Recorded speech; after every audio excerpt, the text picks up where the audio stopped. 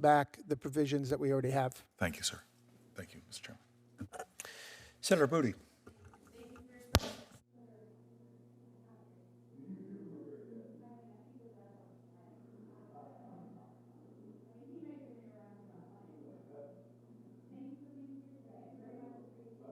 Microphone, and I will say he has more, I'm sure he spends more money on product than you do.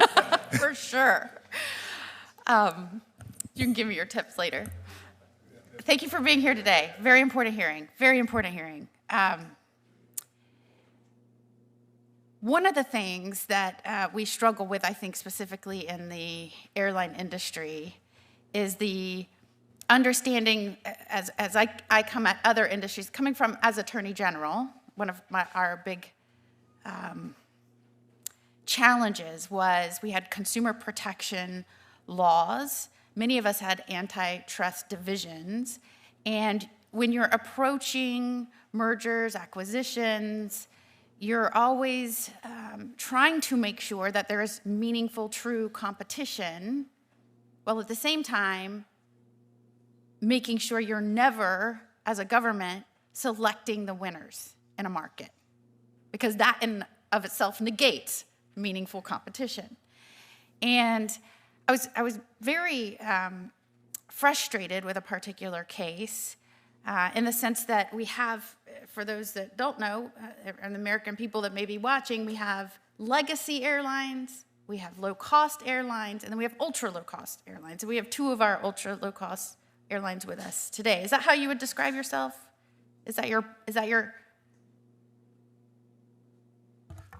Sorry, Senator, we like to refer to ourselves as value airlines. Value airlines. It is a common term that is used, ultra low-cost carrier. So my concern is once you come into the market as a new player, and let's say you come in as a value airline or even a low-cost airline, do you think that you have to stay there for the duration of the existence of your company? Is that Just answer, either one of you.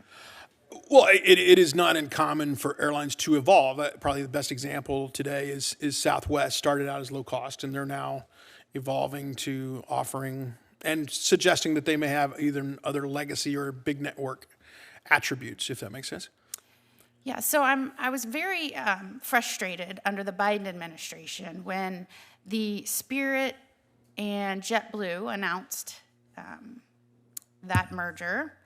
And by the next March, Florida came in and looked at that and said very clearly, we can make sure we have better capacity, better flights, ensure competition.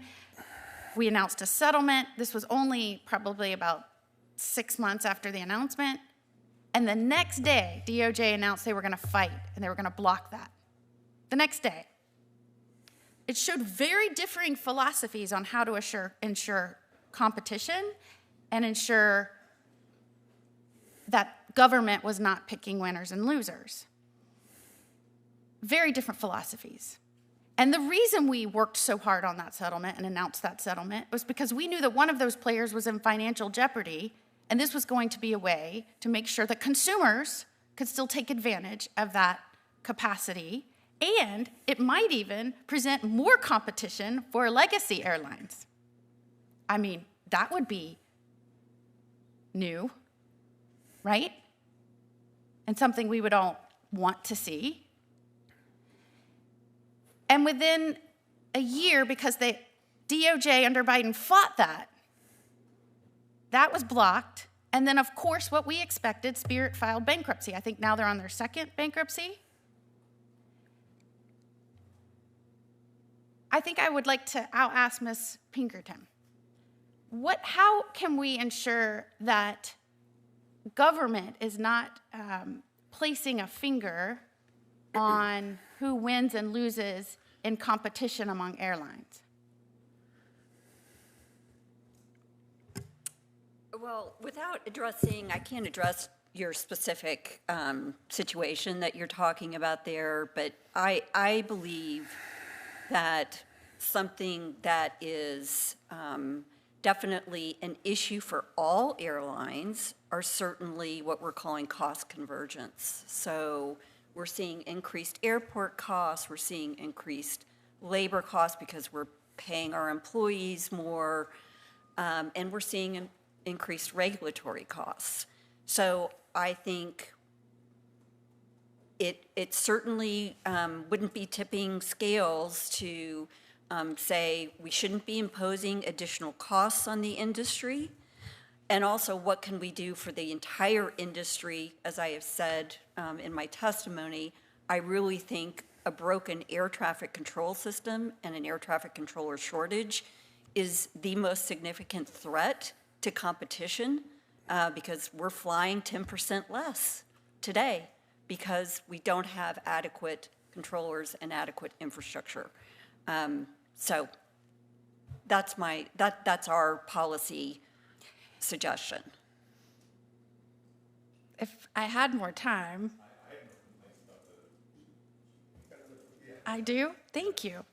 Since it's so specifically related to antitrust, can I ask our value-based airlines, if in fact you were facing a situation where you were dealing with the financial health of your company and the only way to continue to provide service and capacity was to evaluate merging, do you believe government should work with the stakeholders in order to ensure that you can continue in existence, or do you think that they should block you out of some sort of... Well, I would say that... protection of... Well, I think maybe protection let's of go back to the legacy Spirit carriers. example. Let's go back to the Spirit JetBlue example. Having been around the industry for 3 decades, I was shocked. I mean, we created a system of the big four controlling over 80% of the market, and then 2 of the small players were tried to get together. I mean, I found it laughable that anyone would think that was something that should be stopped. In fact, I would argue that all of the other small carriers, and just stop and think about this, all of the non-big four altogether are not as big as one of the big four. You should give all of us antitrust immunity. Like your job should be to say, if I really want to fix these things, what should I go do? You should give us all antitrust immunity. You should give us not lip service about the gates. I'll give you real examples about gates. I should tell you about some horror stories about things that have happened this summer in Atlanta. I take real exception to being that the answers are that I should be fined or do things when the reality is the system's rigged against us. You fix the gates. And I think you need to look for scale things that you could do on the mileage programs. Example being, one of the things you could do is give value carriers like us, our mileage programs, access to the big airlines networks at the cost that they charge themselves for miles. I mean, there's some real remedies that the government should do to correct what we now all recognize has been bad for consumers, and that's allowing the big four to control the market. We had a low-cost airline trying to merge with a value-cost airline so that one could stay in existence. Yep. And the government said, nope, we're the government, we're going to block that, and then one had to file bankruptcy. I just don't know that that's resonated with our policymakers or our lawmakers. Hopefully this administration takes a new approach to ensuring true, meaningful competition. That's my hope. I'm seeing very good signs out of this new administration, but I do think we need to not lose sight of the fact that exactly what I knew was going to happen happened. And we can't keep this up if, in fact, we're trying to keep costs low and travel possible for all Americans. So thank you so much.